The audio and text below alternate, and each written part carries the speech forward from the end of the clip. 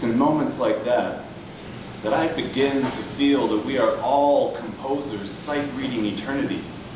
All bass lines and beats and scattered verses interweaving.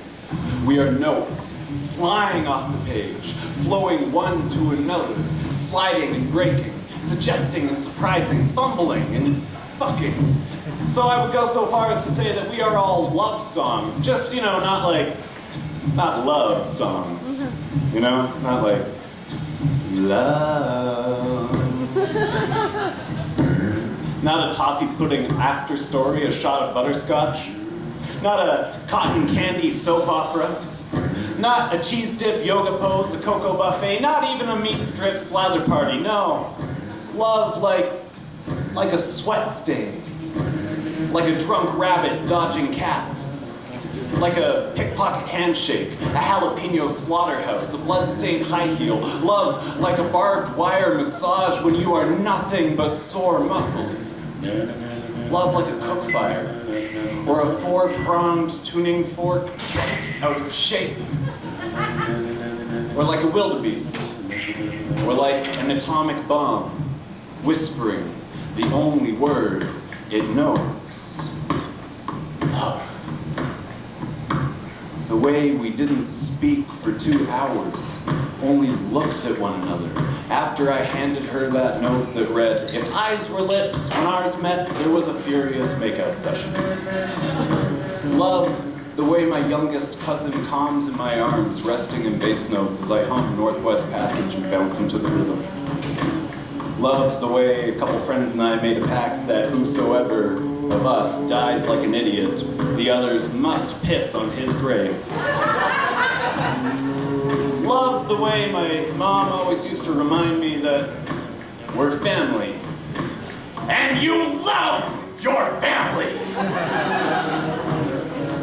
Love that longs to be a shoehorn that slides my feet into your shoes and yours into mine.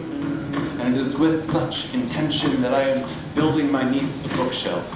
It's a project I'm really excited about, so I want to tell you how I'm making the first shelf out of a memory of nights when her grandfather would sit on my bedside and we would read aloud to one another from Kevin O'Connor and the Light Brigade, a beautiful red hardcover with skeletons charging on horseback under a navy blue sky on the jacket. There's already some books on this shelf. Redfish, Bluefish, and Hop on Pop, as well as a book of paintings and few words about the life cycles of salmon.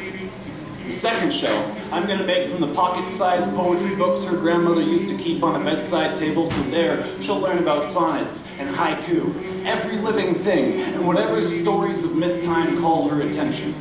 She might sit on my knees, the way I sat on her great-grandfather's, and hear the music of speaking when the words call forth her voice.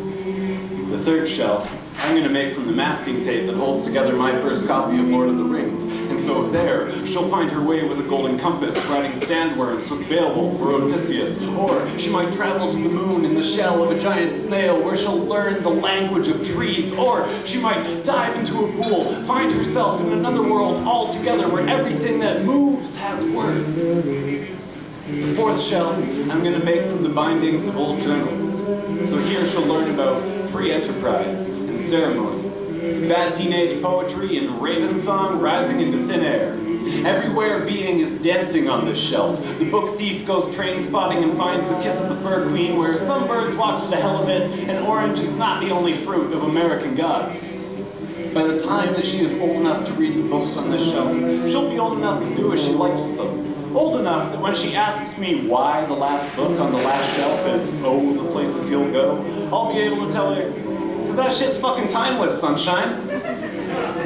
Inside its cover, she might find a note that reminds her that a bookshelf should be a garden bed for stories, that she should learn to read the greasy fingerprints, the watermarks, and all the dog-eared pages. Learn to read the broken bindings, the missing bindings, the bindings that open to hands like the hearts of old friends. To know that books are made for generations of fingers, and I built this bookshelf out of a memory and a dream that someday I might hand down a little red hardcover with a navy blue sky saying, "Take this book into your hands and know you are holding your grandfather's." Wow.